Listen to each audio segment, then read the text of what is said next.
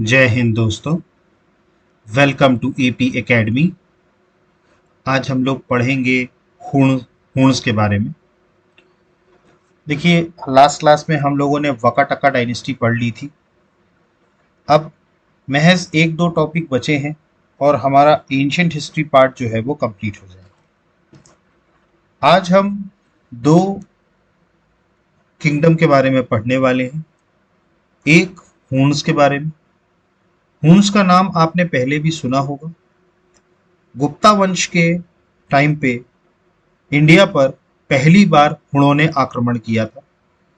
और ये हूण वही हैं जिनके लगातार आक्रमण के कारण गुप्त वंश जो था वो धीरे धीरे पतन की तरफ जाने लगा। तो आज हम देखेंगे कि ये हूण थे कहाँ के, बेसिकली इनका ओरिजिन कहाँ का था। इसके अलावा इंडिया पे इन्होंने कब आक्रमण किया, इसके अलावा इनके कौन कौन इंपॉर्टेंट रूलर्स थे। इसके अलावा हम एक और वंश के बारे में पढ़ेंगे जो आज की डेट में हमारा जो गुजरात वाला रीजन है, ठीक, वहां पर ये रूल किया करते थे और इनका नाम है मैत्राकास। मैत्राकास बेसिकली गुप्ता एम्पायर के ही एक सेनापति हुआ करते थे, ठीक है, भत्तारका। ठीक है, भत्तारका कौन हुआ करते थे? गुप्त एम्पायर के ही एक सेनापति हुआ करते थे और वो ही मैत्रकी डायनेस्टी के फाउंडर थे। ठीक, और इनका जो एरिया था वो था आज का जो गुजरात वाला रीजन है, वल्लभी। ठीक, तो आज हम इन दो डायनेस्टीज के बारे में पढ़ेंगे। इसके बाद एक ही डायनेस्टी बचेगी, वो है पल्लव डायनेस्टी। ठीक, वो अपन नेक्स्ट क्लास में कंप्लीट कर देंगे और हमारा एंशियंट इंडियन हिस्ट्री वाला पार्ट जो है वो कंप्लीट हो जाएगा। तो आज हम शुरू करते हैं हुण्स के बारे में। ठीक, तो हुण्स की अगर हम बात करें, ठीक, तो अगर हम इनके ओरिजिन की बात करें तो आज का जो चाइना है, ठीक है, आज का जो चाइना देश है, ठीक है, ये जो हुण वंश वाले हैं ये चाइना के करीबी रहा करते थे। मतलब एक तरीके से कहा जाए तो नियर टू चाइना, आज का जो चाइना है उसके आसपास के इलाके में, ठीक है, चाइना के आसपास के इलाके में, ठीक है, ये हुण जो थे वो रहा करते थे। ठीक, अब अगर हम बात करें तो ये हुण बेसिकली होते कौन थे? तो ये बेसिकली एक लोगों का समूह होता था। ठीक है, मतलब कि ये लोगों का समूह होता था जो जंगली लोग हुआ करते थे। ठीक है, जंगली लोग मतलब जो लोग जंगल में रहा करते थे उनका समूह हुआ करता था। और इनकी जो जिंदगी थी वो खाना बदोश थी। खाना बदोश का मतलब ये होता है कि आज यहां पर किए फिर आगे चले गए, फिर अब किए फिर आगे चले गए।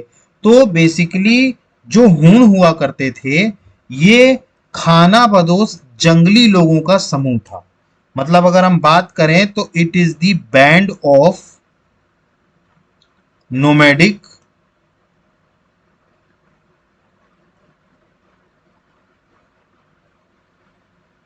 Nomad savage. इसका मतलब क्या है? Band of nomadic savages. इसका मतलब है ये जो हून्स हुआ करते थे ये बेसिकली खाना बदोश जंगली लोगों का समूह हुआ करता था, हूण। ठीक है, और ये कहां से थे? तो इनका जो प्लेस था वो कहां था? चाइना के आसपास। ये ओरिजिनली चाइना के आसपास की थी। ठीक, इसके बाद अगर हम बात करें तो हुणों की भी दो ब्रांच हुआ करती थी। ठीक है, हुणों की भी दो ब्रांच हुआ करती थी। एक हुआ करते थे ब्लैक और दूसरे हुआ करते थे व्हाइट। देखिए, इनकी भी दो ब्रांच हुआ करती थी। एक हुआ करती थी ब्लैक हुण और एक हुआ करते थे व्हाइट हुण। ठीक, तो हुणों की भी दो ब्रांचेस हुआ करती थी। ठीक, अब अगर हम हुणों की बात करें तो इन्होंने इंडिया पर जो अटैक किया था, मतलब कि इंडिया पर इन्होंने जो अटैक किया था उस टाइम पर गुप्ता वंश के जो शासक थे वो थे स्कंदगुप्त। ठीक, तो मतलब स्कंदगुप्त पहले ऐसे गुप्ता शासक थे जिनके समय पे हुणों ने भारत पर आक्रमण किया था।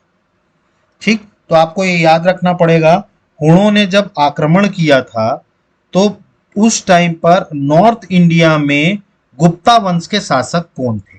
तो आपको याद रखना है, हुणों ने जो सबसे पहले आक्रमण किया था, ठीक, उस समय में गुप्ता एम्पायर के जो शासक थे वो थे स्कंदगुप्त। ठीक, तो आपको याद रखना है उस वक्त गुप्ता वंश के शासक कौन थे, स्कंदगुप्त। ठीक, अब अगर हम हुणों की बात करें, ठीक है, तो हुणों में दो सबसे महत्वपूर्ण राजा रहे हैं। ठीक है, आपको सिर्फ दो के ही नाम याद रखने हैं। हुणों के जो सबसे महत्वपूर्ण राजा रहे हैं, एक रहे हैं तोरामना, ठीक, एक रहे हैं तोरामना और दूसरे इनके बेटे रहे हैं मिहिरकुला।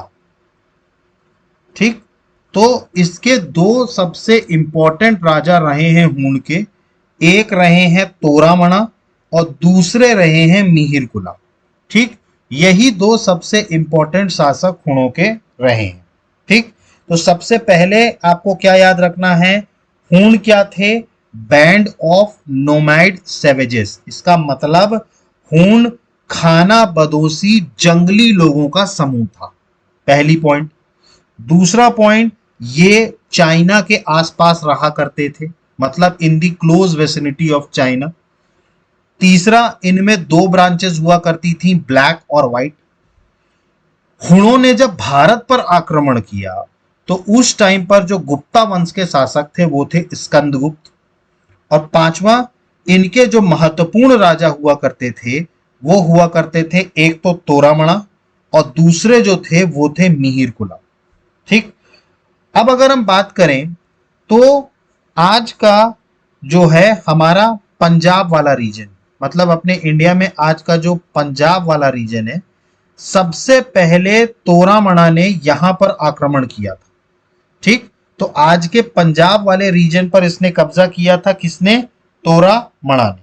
ठीक, इसके बाद धीरे धीरे इनकी रूलिंग बढ़ती गई, धीरे धीरे ये हमारे जो उत्तर प्रदेश वाला पार्ट है वहां पर भी आ गए, राजस्थान वाले पार्ट पे भी आ गए।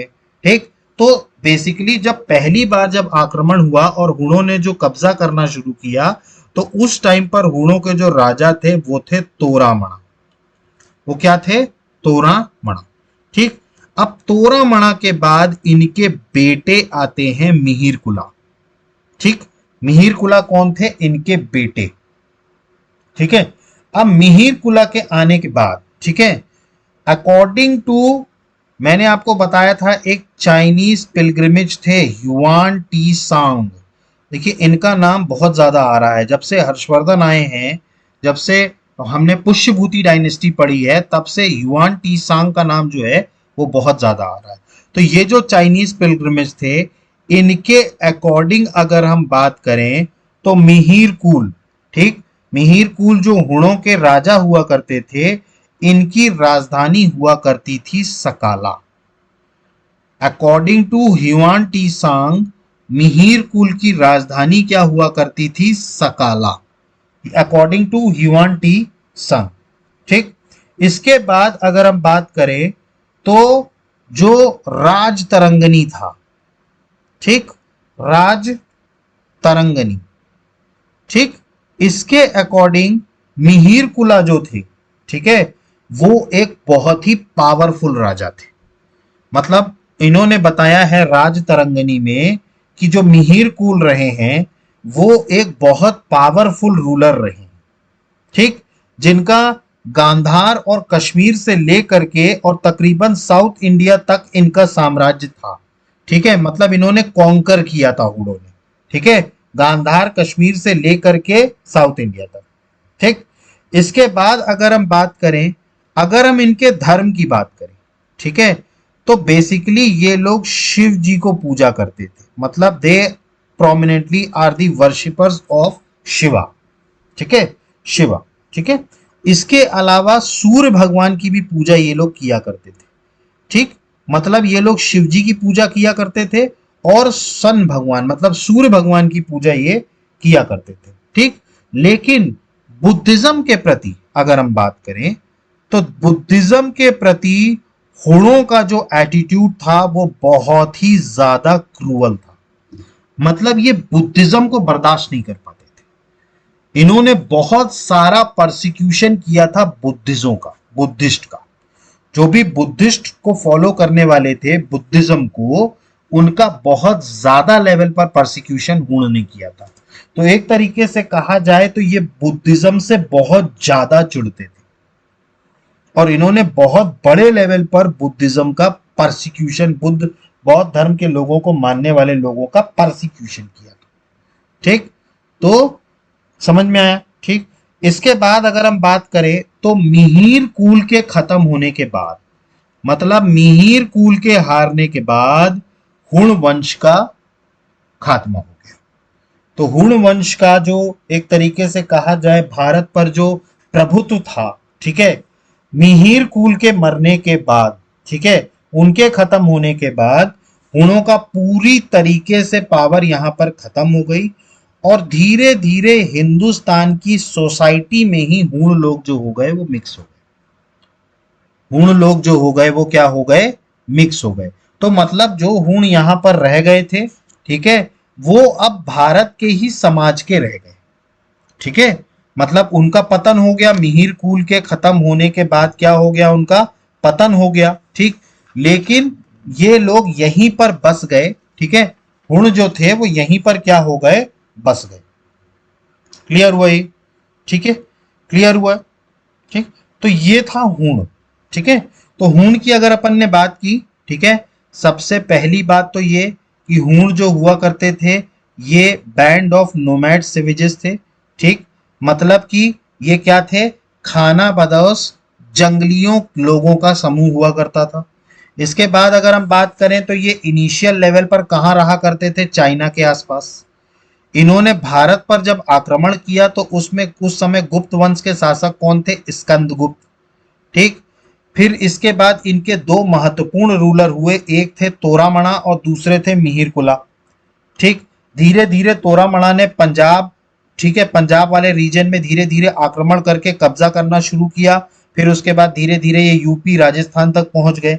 इसके बाद इनका बेटा आता है मिहिरकुला, ठीक है, जो हुण वंश का सबसे प्रतापी राजा था, सबसे पावरफुल राजा था। ठीक, युआन टी सांग ने बताया कि इनके समय में जो राजधानी थी हुणों की वो थी सकाला। ठीक, राज तरंगनी में इसको एक बहुत ही पावरफुल रूलर बताया। अगर हम धर्म की बात करें तो ये शिव जी और सूर्य भगवान की पूजा किया करते थे, लेकिन ये बौद्ध धर्म मानने वालों से बहुत ज्यादा नफरत करते थे और इन्होंने सबसे ज्यादा परसिक्यूशन किया था बौद्ध धर्म वालों का। क्लियर? तो ये हुणों के बारे में हमने पढ़ा। ठीक, तो एक बार हम हुण के बारे में देख लेते हैं क्या क्या हमने पढ़ा था। ठीक, तो हुणों की बात करें तो ये थे बैंड ऑफ नोमैड सेवेजेस, मतलब खाना बदोशी जंगली लोगों का समूह। इसके बाद अगर हम बात करें, they originally lived in the neighbourhood of China, जो मैंने आपको बताया कि ये चाइना के आसपास रहा करते थे। ठीक, इसके अलावा अगर हम बात करें तो ये दो ब्रांचेस में डिवाइडेड थे, एक हुआ करते थे ब्लैक हुन्स और दूसरे हुआ करते थे व्हाइट हुन्स। इसके बाद अगर हम बात करें कि हुण ने जब अटैक किया भारत के ऊपर, ठीक है, हुणों ने जब भारत पर आक्रमण किया तो उस टाइम का गुप्ता वंश के शासक जो थे वो थे स्कंदगुप्त। ठीक, लेकिन चूंकि स्कंदगुप्त उस टाइम पर काफी ज्यादा पावरफुल थे तो इस कारण से इनको मार के भगा दिया था। ठीक है, लेकिन ये बार बार आक्रमण करते रहे, जिसके कारण स्कंदगुप्त के खत्म होने के बाद गुप्ता एम्पायर का जो इकोनॉमी थी वो धीरे धीरे क्या होने लगी, डिटोरेट होने लगी। नेक्स्ट अगर हम बात करें तो इनके दो सबसे महत्वपूर्ण राजा रहे हैं, एक रहे हैं तोरामणा और दूसरे रहे हैं मिहिरकुला। ठीक, तो एक रहे हैं तोरामणा और दूसरे कौन रहे हैं, मिहिरकुला। ठीक, इसके बाद अगर हम बात करें तो 5th सेंचुरी से एडी से लेकर के 6th सेंचुरी एडी तक जो तोरामणा थे वो पंजाब तक पहुंच गए थे। इसके बाद बात करें तो इन्होंने बहुत सारा वेस्टर्न पार्ट जो इंडिया का था उस पर कब्जा कर लिया था। फिर ये उत्तर प्रदेश, राजस्थान, पंजाब, कश्मीर तक ये इनका फैल गया था। ठीक, इसके बाद अगर हम बात करें तो तोरामन को किसने सक्सीड किया, इनके बेटे मिहिरकुल ने। इसके बाद बात करें तो ह्युआन टी संग के मुताबिक मिहिरकुल की राजधानी क्या थी, सकाला। ठीक, ये आपको याद रखना है, मिहिरकुल की जो राजधानी थी वो क्या थी, सकाला। ठीक, इसके बाद अगर हम बात करें राज तरंगनी में क्या बताया गया है कि मिहिर कुल एक बहुत ही पावरफुल रूलर हुआ करते थे, ठीक है, और इनका रूल जो है वो कई जगह पे था। इसके बाद बात करें तो मंदसौर इंस्क्रिप्शन, ठीक है, मंदसौर इंस्क्रिप्शन में यशोवर्मन, ठीक है, यशोवर्मन जो थे उन्होंने ये क्लेम किया कि मिहिर कुल जो उनके राजा हुआ करते थे उस टाइम हुणों के, ठीक है, वो भी उनकी रेस्पेक्ट किया करते थे। ठीक, तो यशोवर्मन ने मिहिर कुल के बारे में जिक्र किया है मंदसौर इंस्क्रिप्शन। इसके बाद बात करें, मैंने आपको बताया कि ये शिव भगवान और सूर्य भगवान की पूजा किया करते थे, लेकिन ये बुद्धिज्म के प्रति बहुत ज्यादा क्रूअल थे, ठीक है। इसके बाद बात करें तो मिहिर कुल के खत्म होने के बाद, ठीक है, हुण वंश पूरी तरीके से खत्म हो गया था, और धीरे धीरे फिर क्या हुआ, ये हुण जो हो गए वो धीरे धीरे भारतीय समाज में क्या हो गए, एब्सॉर्ब हो गए, ठीक है। मतलब फिर ये क्या हो गए, यहीं के होकर के रह गए, ठीक। मतलब इन्होंने बाहर से आक्रमण किया, बाह्य आक्रमण किया, ठीक है, लेकिन आक्रमण करने के बाद जब इनका प्रभुत्व खत्म हो गया तो फिर यहीं पर ये क्या हो गए, धीरे धीरे सेटल हो गए भारतीय समाज में, ठीक। अब आपको एक चीज और याद रखनी है कि ये बेसिकली ये जो हुण हुआ करते थे ना, ठीक है, ये चरवाहे हुआ करते थे, ठीक है। मतलब ये बेसिकली कौन सा काम किया करते थे, पेस्ट्रोलिस, ठीक है। पेस्ट्रोलिट का मतलब क्या होता है कि अपने जो चरवाहे हुआ करते हैं, ठीक है, जो जानवरों वगैरह, घोड़े हो गए, इन सबको क्या किया करते थे, कैटल्स वगैरह हो गए, इनको क्या किया करते थे, चरवाहा करते थे, ठीक है। मतलब ये एक जगह पर स्थिर नहीं रहते थे, ये कंटिन्यूअसली क्या होते थे, मूव करते थे, ठीक है। और इनके बारे में एक चीज और याद रखनी है, ये लोग एग्रीकल्चर मतलब कृषि करना नहीं जानते, ठीक है। हुणों के बारे में आपको एक चीज याद रखना है कि ये लोग कृषि करना, ठीक है, खेती किसानी करना नहीं जानते थे। इसीलिए ये लोग क्या हुआ करते थे, ये लोग एक जगह से दूसरी जगह टोली ले लेकर के इधर से उधर मूव किया करते थे, क्योंकि ये कृषि नहीं जानते थे, मतलब जाहिर सी बात है कि इनका कोई स्थायित्व तो नहीं था। धीरे धीरे जब ये भारत में आए, ठीक है, और भारत में आकर के इन्होंने कृषि सीखी, तब जाकर के धीरे धीरे ये क्या होने लगे, सेटल होने लगे। क्लियर हुआ, ठीक। तो ये हुणों के बारे में था, ठीक है। इतना ही पॉइंट्स आपको याद रखना है, हुण के बारे में इससे ज्यादा याद रखने की जरूरत नहीं। नेक्स्ट जो मैं बात कर रहा था वो थे मैत्रकाज ऑफ वल्लभी, ठीक, मैत्रकाज ऑफ वल्लभी। देखिए मैत्रकाज ये आज का हमारा जो सदर्न गुजरात वाला रीजन है, ये देखिए जो सदर्न गुजरात वाला रीजन है, यहां पर इनका रूल चला करता था, और ये मैत्रकाज की ये राजधानी हुआ करती थी वल्लभी, ठीक। ये आपको दिखेंगे यहाँ पर लेटर गुप्तास, ठीक है, यहाँ पर मौखरीज हैं, ठीक है, पुष्यभूतिज हैं, चालुक्य हैं, पल्लव हैं, ठीक है। तो ये उस टाइम पर लेटर जो है पीरियड में, ठीक है, उस टाइम पर ये रहा है, ठीक। तो मैत्रकाज की अगर हम बात करें, ठीक है, तो बेसिकली ये क्या हुआ करते थे, इनके जो फाउंडर थे, ठीक है, इनके फाउंडर की अगर हम बात करें तो इनके फाउंडर कौन थे, भातारका। भातारका कौन थे, इनके फाउंडर थे। ये बेसिकली गुप्ता साम्राज्य के सेनापति हुआ करते थे। क्या हुआ करते थे, सेनापति, ठीक है।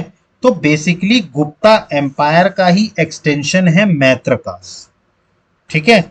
मतलब एक तरीके से कहा जाए तो जो अपना आज का गुजरात में जो सौराष्ट्र रीजन है, देखिए गुजरात में ये वाला रीजन क्या कहलाता है, सौराष्ट्र, ठीक। तो आज का गुजरात में जो सौराष्ट्र वाला रीजन है, वहां पर जो इनके सेनापति हुआ करते थे भतारका, ठीक है, उन्होंने एक नया एम्पायर खड़ा किया मैत्रकास के नाम से, ठीक है। और इनकी जो कैपिटल हुआ करती थी वो वल्लभी हुआ करती थी, ठीक है। इसीलिए इनको कहा जाता है मैत्रकाज ऑफ वल्लभी, ठीक। इसीलिए इनको क्या बोला जाता है, मैत्रकाज ऑफ वल्लभी।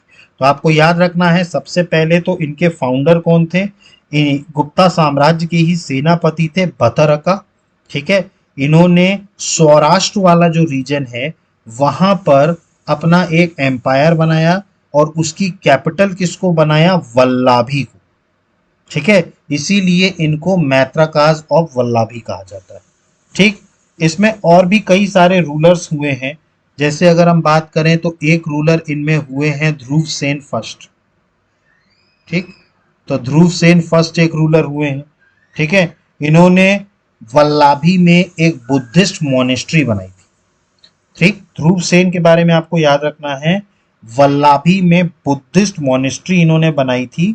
ठीक है, इनके एक पोता हुआ करते थे दुद्धा। ठीक, इनके एक पोता हुआ करते थे दुद्धा। ठीक, किसके? ध्रुव सेन फर्स्ट के। ठीक, तो उनके नाम पर ये ध्रुव सेन वन ने एक बुद्धिस्ट मोनेस्ट्री बनाई थी जिसका नाम था दुद्धा विहारा। ठीक, क्या हुआ करता था? दुद्धा विहारा। तो आपको याद रखना है ये जो दुद्धा विहारा है ये किसने बनवाई? ध्रुव सेन फर्स्ट। ठीक, इसके अलावा अगर हम बात करें तो इनका जो संबंध था, ठीक है, मैरिज अगर हम बात करें तो इनका जो संबंध रहा है पुष्यभूति डायनेस्टी के जो राजा हुआ करते थे हर्षवर्धन। आपको याद होगा हर्षवर्धन के बारे में मैंने आपको बताया था, जो पुष्यभूति डायनेस्टी के राजा हुआ करते थे और जिनकी कैपिटल क्या थी? कन्नौज। ये सब मैं पढ़ा चुका हूं। ठीक है, तो इनके साथ मैत्रकाज के जो थे वो शादीशुदा संबंध थे, मतलब मैट्रिमोनियल अलायंस। ठीक, मैत्रकाज के ही इन्हीं के आगे अगर हम बात करें, ठीक है, तो इनके ही आगे एक राजा आते हैं ध्रुव सेन सेकेंड। ध्रुव सेन सेकेंड, उन्होंने हर्षवर्धन की बेटी से शादी की थी। तो बेसिकली जो ध्रुव सेन सेकंड थे वो हर्षवर्धन के दामाद थे। ठीक, हर्षवर्धन ने अपनी बेटी की शादी किससे की थी? ध्रुव सेन सेकंड से। ठीक है, और ये भी बौद्ध धर्म को फॉलो करने वाले थे, मतलब ये भी क्या करते थे? बुद्धिज्म पे बिलीव करते थे, ध्रुव सेन सेकंड। ठीक है, बहुत सारी आपको याद होगा हर्षवर्धन के टाइम पर कई सारी असेंबलीज हुई थी, ठीक है, जिसे सभा कहते हैं। ठीक है, तो उन सभाओं में भी ध्रुव सेन सेकंड जो थे वो शामिल हुए थे। ठीक है, मतलब ध्रुव सेन सेकंड जो थे एक तो हर्षवर्धन के दामाद थे।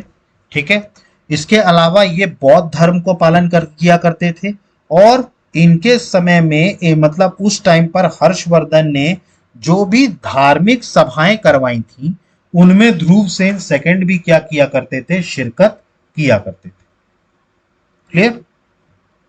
अब धीरे धीरे जैसे जैसे ये जो चालुक्य थे, ठीक है, ये जो चालुक्य थे ये जैसे जैसे बढ़ते गए, मतलब जैसे जैसे इनका एम्पायर जो है वो बढ़ता गया, वैसे ही वैसे ये जो मैत्रकाज थे इनकी डायनेस्टी जो है वो धीरे धीरे पतन की ओर जाने लगी।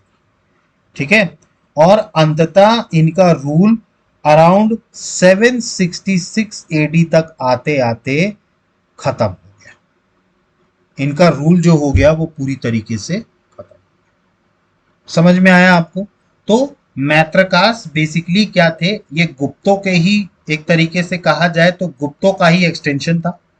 गुप्ता के समय में एक सेनापति हुआ करते थे भतरका। उन्होंने जो सौराष्ट्र वाला रीजन है गुजरात का, वहां पर एक नई डायनेस्टी को मतलब जन्म दिया जिसे कहा गया मैत्रकास। और इन्होंने अपनी जो राजधानी बनाई वो बनाई वल्लभी। ठीक, तो वल्लभी जो थी वो इनकी राजधानी थी, इसीलिए इनको मैत्रकाज ऑफ वल्लभी कहा गया। अब इनके समय में कुछ बहुत ही प्रोमिनेंट रूलर्स हुआ करते थे जैसे ध्रुव सेन फर्स्ट। ठीक, इन्होंने बुद्धिस्ट मोनेस्ट्री बनवाई थी दुद्धा विहार नाम से। इसके बाद अगर हम बात करें तो ध्रुव सेन सेकंड जो थे वो चालुक्य वंश के पुष्यगुप्ती वंश के राजा हर्षवर्धन के दामाद थे। ठीक, इसके अलावा अगर हम बात करें, ठीक, तो जो है चालुक्यों के बढ़ने के कारण, ये जो चालुक्य थे इनके बढ़ने के कारण धीरे धीरे जो मैत्रकाज डायनेस्टी थी ये धीरे धीरे क्या होने लगी? अपने डाउनफॉल की तरफ जाने लगी और अंततः 766 एडी में आकर के ये पूरी तरीके से खत्म हो गया। ठीक, आपको इनके लास्ट रूलर का भी नाम याद रखना है, शिलादित्य सेवन। शिलादित्य 7 ये लास्ट रूलर रहे हैं इनके। ठीक, तो आपको याद रखना है मैत्रकाज और वल्लाभी के जो लास्ट रूलर रहे हैं वो कौन रहे हैं? शिलादित्य। ठीक, समझ में आया आपको मैत्रकाज और वल्लाभी? अब इससे जुड़े पॉइंट्स हम देख लेते हैं। सबसे पहले तो इनके फाउंडर थे भतारका। उन्होंने अपनी कैपिटल क्या बनाई? वल्लाभी।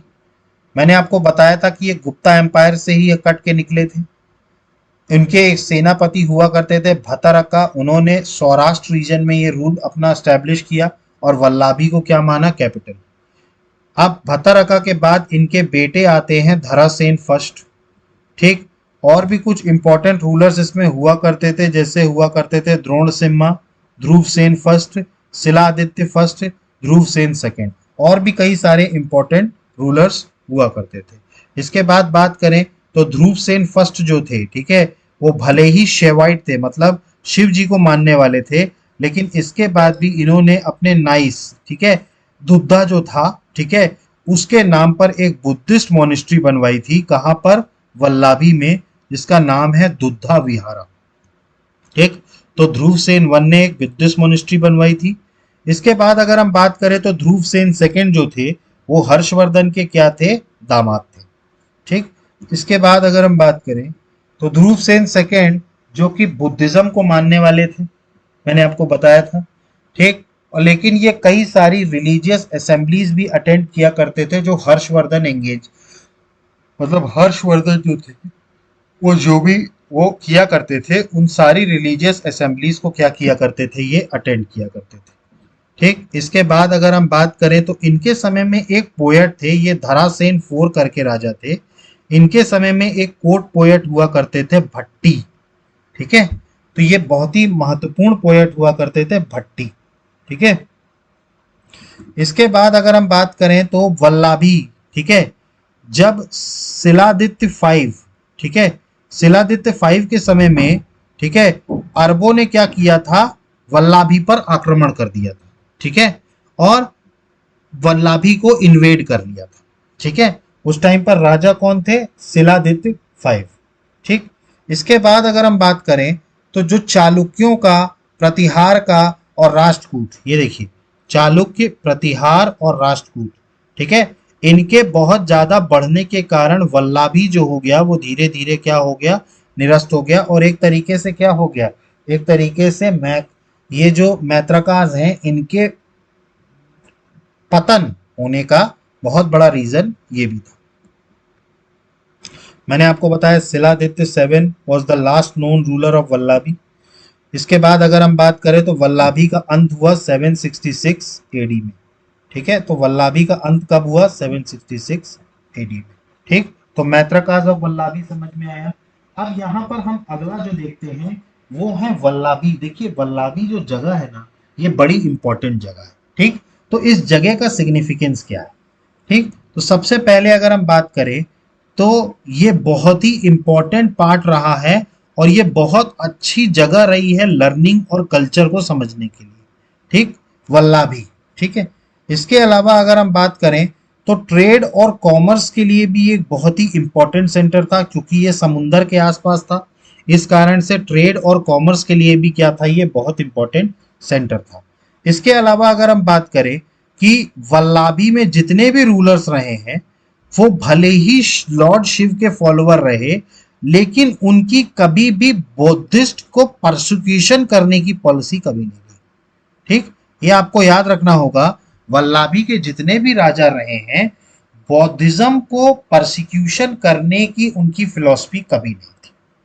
ठीक है, इसके बाद अगर हम बात करें तो ह्युआन टी सांग जो चाइनीज पिलग्रिमेज विजिटर थे, उन्होंने भी वल्लाभी जो था वो विजिट किया था। ठीक, वल्लाभी की यात्रा उन्होंने भी की थी। इसके बाद अगर हम बात करें तो वल्लाभी में एक यूनिवर्सिटी बनाई गई थी, ठीक है, जिसका स्टेटस बिल्कुल नालंदा यूनिवर्सिटी के बराबर था।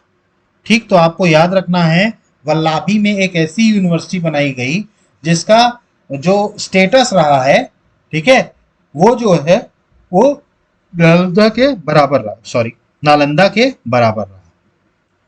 इसके बाद अगर हम बात करें तो इस यूनिवर्सिटी को ना तो सिर्फ राजाओं ने हेल्प करी, बल्कि जो रिच मर्चेंट्स हुआ करते थे उन्होंने भी क्या किया, इस यूनिवर्सिटी के लिए काम किया। और आपको याद रखना होगा वल्लभी वही जगह है जहां पर सेकेंड जैन काउंसिल हुई थी। ठीक है, सेकेंड जैन काउंसिल यहीं पर हुई थी।